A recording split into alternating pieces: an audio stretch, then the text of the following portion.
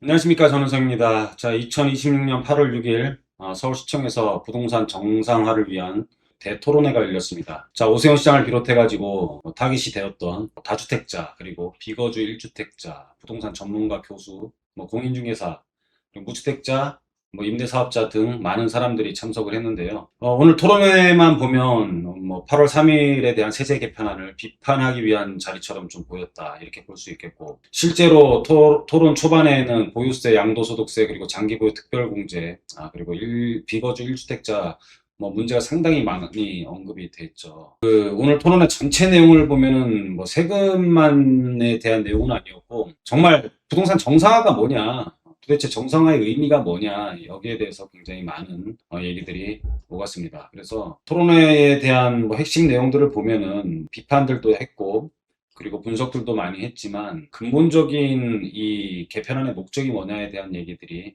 굉장히 많이 오갔어요. 그래서 집값을 떨어뜨리는 것이 과연 정상화인가? 집을 떨어뜨리고 또 사고 팔지도 못하게 만들어요. 사고 팔지도 못하는 것이 그럼 정상화냐? 도대체 뭐가 정상화냐는 거죠. 그리고 대한민국에는 1주택자만 남는 게 정상화인지, 다주택자 임대사업자를 다 없애버리는 게 이게 정말 정상화이냐, 이런 여러 가지들에 대한 근본적인 얘기들을 많이 했습니다. 그래서 핵심 논의 과제들을 보면은요, 세제에 대한 내용, 그리고 부동산 거래에 대한 내용, 그리고 전월세 시작, 그리고 주택 공급이라는 이런 4가지 주제로 지금 많은 얘기들을 했는데, 이거 다 유기적으로 연결이 돼 있어요. 그렇죠? 세금이 바뀌면 집주인의 행동이 바뀌고, 집주인의 행동이 바뀌면 부동산 거래와 전월세 매물이 달라지고요.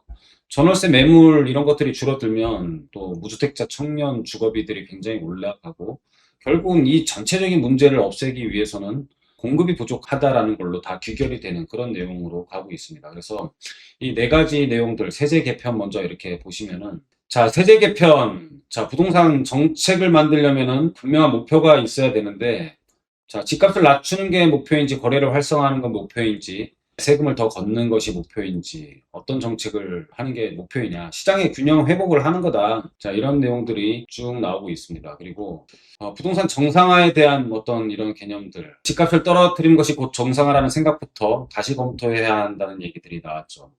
집값이 계속 떨어질 것으로 예상되면 사람들이 집을 사지 않죠. 경제 최상위 포지션을 잡고 있는 이 주택이 거래가 안 되면 나머지 경제들도 다 돌아가지 않는 상황이 생깁니다. 그래서 집을 사지 않으면 거래가 줄어들고, 주택 공급하려는 민간 사업자들도 사업을 시작하기가 힘들고, 거래를 줄이는 동시에 공급도 줄일 수밖에 없어요. 그래서 이 거래를 사실은 상당히 이렇게 계속 원활하게 여러 사람들이 좀 집을 살 수 있게, 1주택자가 또 집을 살 수 있게 이렇게 해야지만이 사실은 공급도 계속 일어나는 거거든요. 그래서 두 번째 주제로는 부동산 거래인데, 지금 이 정부는 실제로 거주하는 사람을 보호하고 거주하지 않는 주택의 세부담을 높이는 방향으로 세제를 바꾸려고 하고 있죠. 이 취지만 보면 주택을 투기 수단이 아니라 거주 공간으로 만들겠다, 굉장히 이상적인 겁니다. 이상적인 거랑 이게 현실이랑 사실 많이 다르거든요. 이 경제랑 또 우리가 꿈꾸는 이상이랑 또 완전히 또 달라요. 세상이 돌아가는 것은. 왜냐면은 이상적인 건 모든 사람이 행복해야 되는데, 세상에 어떻게 모든 사람이 행복할 수 있습니까? 모든 사람이 다 평등하고 모든 사람이 다 행복한다? 그런 사회는 과연 올까? 그래서 실제 거주하지 않는다는 이유만으로 모두 투기 세력으로 본다라면 시장에 대해서는 이런 문제가 당연히 발생할 수밖에 없다.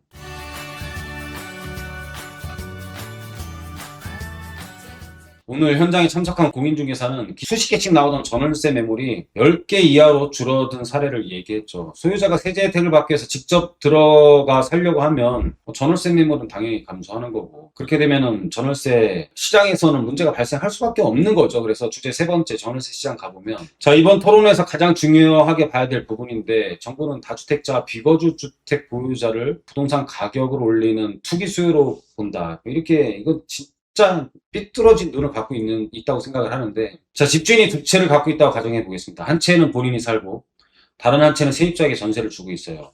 정부의 통계상으로는 다주택자지만 전세시장에서는 임대주택을 한 채 공급하는 사람입니다.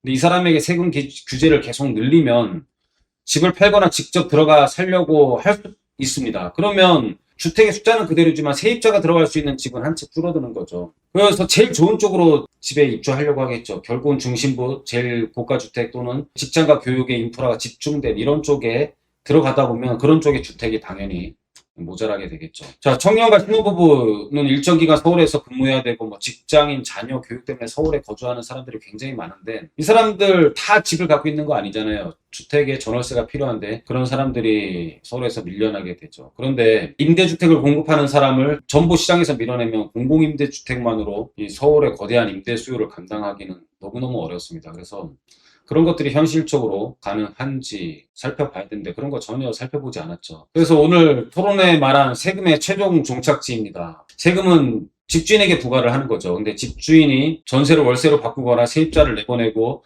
직접 입주하거나 늘어난 비용을 임대료에 반영하면 결국은 그게 어떻게 되겠습니까? 이 세금의 전가가 세입자한테 다 가는 거죠.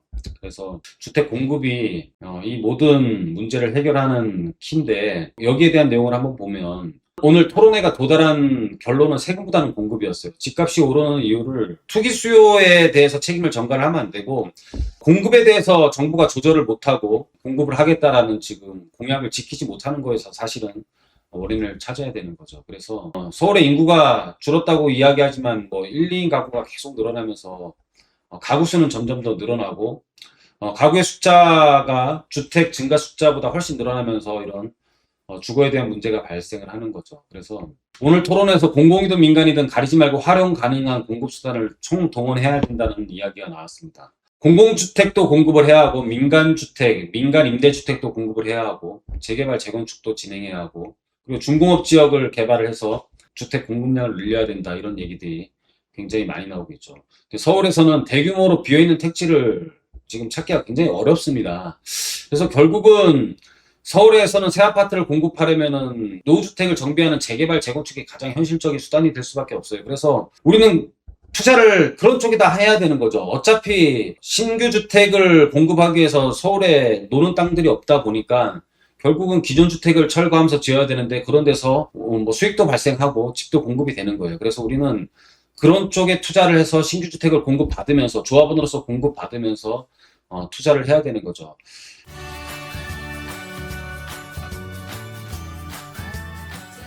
그러니까 시장을 정상화시킬 수 있을 만큼의 유유부지가 없기 때문에 내가 투자하는 것에 대해서 피해를 볼 일도 거의 없다라고 보시면 돼요. 그래서 우리는 이런 과정 속에 있어서 부동산 정상화를 하기 위해서 어쩔 수 없이 결론은 정비 사업을 해야 된다라는 결론에 오세훈 시장은 이르는 겁니다. 그래서 우리는 정부에서는 야, 정비 사업을 해야지만이 부동산 정상화 된다라고 떠들지 못해요. 그럼 또 이 투기가 또 어쩔 수 없이 일어나기 때문에 결국은 세금으로 먼저 막고 하려고 하는데, 뭐가 먼저인지, 그리고 어쩔 수 없이 해야 된다면 과감하게 그냥 정비 사업에 대해서 풀어줘야 되는데, 정부는 대놓고 하지를 못하는 거죠. 대놓고 하지를 못하는 거기 때문에 뭐 다른 식으로 지금 뭐 세금 먼저 죽이고 또 유유부지 찾고 이러는데, 결국은 시장에서 답을 찾는 것은 재개발과 재건축, 그게 투기의 원인이 된다라고 하더라도 할 수밖에 없습니다. 진짜 정부의 마음도 알겠고 서울시 마음도 알아요. 근데 이런 걸 참 중용을 찾아서 그냥 어느 정도의 투기 세력도 인정하면서 빠르게 주택 공급을 하는 게 저는 답이라고 생각을 하고, 저희 회사는 어떤 일을 해야 되냐면은 정부의 어떤 정의로운 편에 서가지고 주택 가격을 억제하면서 공급이 늘어나는 이런 컨설팅을 하는 게 아니라, 주택을 공급하기 위해서는 당연히 투기 수요가 붙는 거고 가격이 상승할 수밖에 없다. 공급을 많이 하는 게 정의로운 거지만 우리는 정의로운 일에서 투자 이득을 보자라는 게 원칙을 가지면서 이런 시장에 대해서 우리가 한 번 더 비판할 건 비판하고, 우리는 또 이득을 취할 건 취하면서 시장을 지켜보며 봐야 되지 않나, 이런 생각을 합니다. 결론은 뭐냐면 여러 가지 논의들이 일어나고 앞으로 정책들도 계속 변경도 될 것이고, 항상 시장의 어떤 이상을 위해서 계속 대통령은 노력하겠지만 우리는 그 안에서 돈을 잘 벌면 될 것 같습니다. 자, 오늘 강의는 여기서 마치도록 하겠습니다. 감사합니다.